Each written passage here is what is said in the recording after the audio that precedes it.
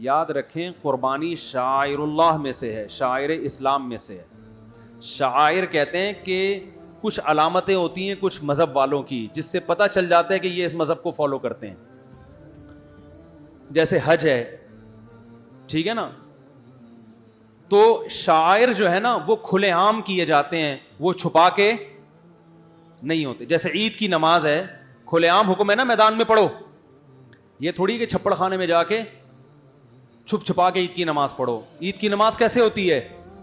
کھلے عام. جمعے کی نماز کھلے عام, جماعت کی نمازیں کھلے عام, سب مسجد کا گیٹ کھلا ہوگا, سب آئیں گے. تو یاد رکھو قربانی بھی شعائر میں سے. شعائر کا مطلب ایک علامت ہے اسلام کی, اور علامتیں دکھائی جاتی ہیں, چھپائی نہیں جاتی. ارے علامت ہے کہ آگے کھائی ہے اور گورنمنٹ نے اس علامت پہ کپڑا ڈالا ہوا ہے کہ کسی کو نظر نہ آ جائے, ایسا ہوتا ہے؟ علامت تو دکھائی جاتی ہے نا, تاکہ یہ علامت دیکھ کے فوراً لوگ گاڑی کی اسپیڈ کیا کر لیں, آہستہ, کیونکہ کھائی تو نظر نہیں آ رہی, علامت بھی نظر نہیں آئے گی تو گاڑی گئی, تباہ ہو جائے گی گاڑی. تو علامتیں دکھائی جاتی ہیں, وہ ایک سائن ہوتی ہیں. تو اسی طرح قربانی بھی ایک شاعر ہے, اس سے پتہ چلتا ہے کہ اسلام دنیا میں زندہ ہے, مسلمان دنیا میں کثیر تعداد میں موجود ہیں. تو یہ کام بھی کھلے عام کرنے کا ہے, اس میں افضل یہی ہے, چھپ چھپا کے سلاؤٹر ہاؤس میں کرنے کا نہیں ہے. آج قربانی کا بھی رواج ہو گیا سلاؤٹر ہاؤس میں, مذبح خانوں میں لوگ لے جاتے ہیں ایک خاص جگہ پہ. ساری دنیا میں یہ رواج ہو گیا, سعودی عرب میں بھی, دبئی میں بھی. حالانکہ یہ اس خلاف سنت ہے, اور وہاں کے علماء بھی اس کے خلاف ہیں, عرب علماء بھی. سمجھ میں نہیں آ رہی بات.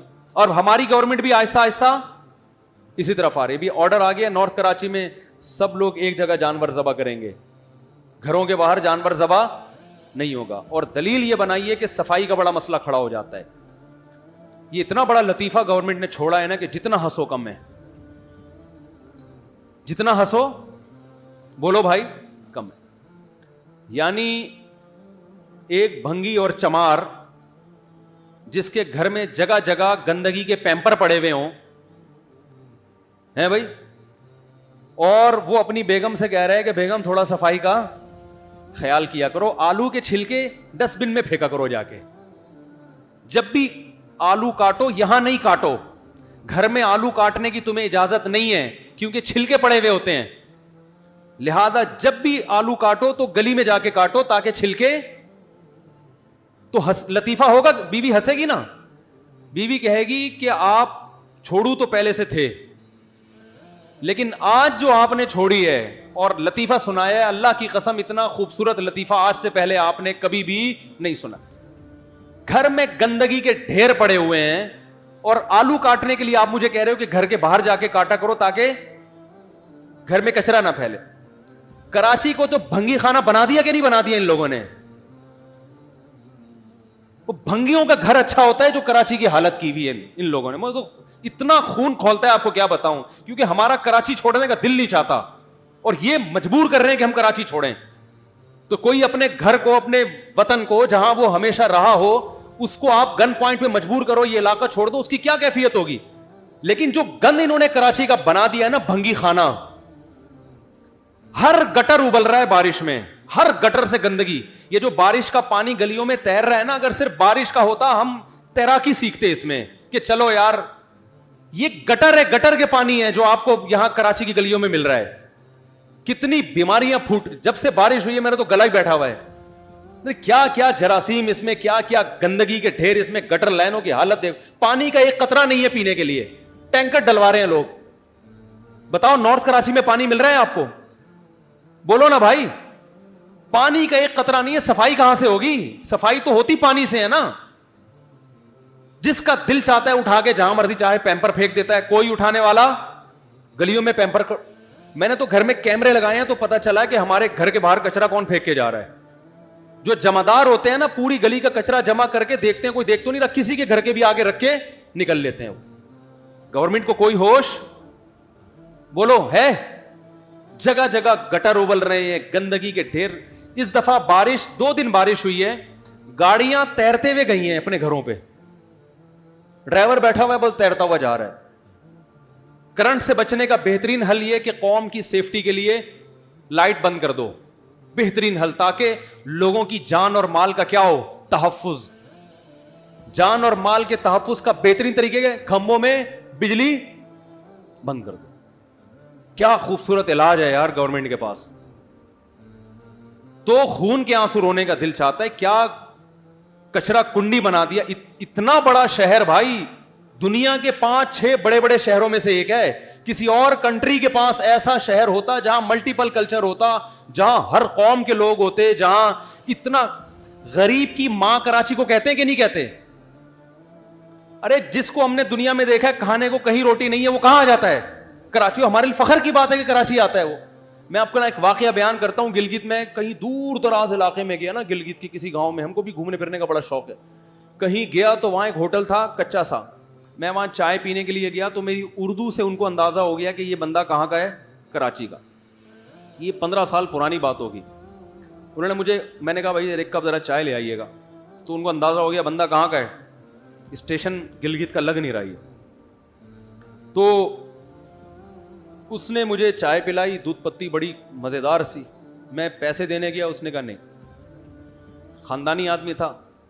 میں نے کہا پیسے کیوں نہیں؟ اس نے بولا بھائی کراچی نے ہمیں بہت کھلایا ہے, ہمیں بھی ہمارے رشتہ داروں کو بھی. جو بے روزگار ہوتا ہے کہاں بھیج دیتے ہیں اس کو, کراچی. تو اب کراچی والے سے ہم پیسے بولتے کیوں نہیں لیتے. تو اس شہر کی پورٹ ہے بھائی. رشیا نے جو افغانستان پہ قبضہ کیا تھا اس کا بنیادی مقصد وہ ٹماٹر نہیں تھے, اس کے بنیادی مقصد جو ہے نا, اور وہ فصلیں وہ اس کی اپنی ویلیو ہے. بنیادی مقصد اس کا کیا تھا, کراچی کی پورٹ. میں تو فشری جا کے میں نے ڈاکومنٹری بنائی, ابھی انشاءاللہ ہم اپنے چینل پہ اپلوڈ کریں گے. کتنی مچھلی ایکسپورٹ ہو رہی ہے یہاں سے, دنیا کو کھلا رہی ہے بھائی. اس شہر کا حال کیا کر دیا ہے آپ نے.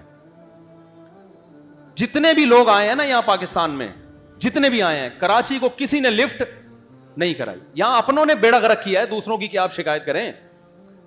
صرف ایک مشرف کے دور میں کچھ کام ہوا ہے.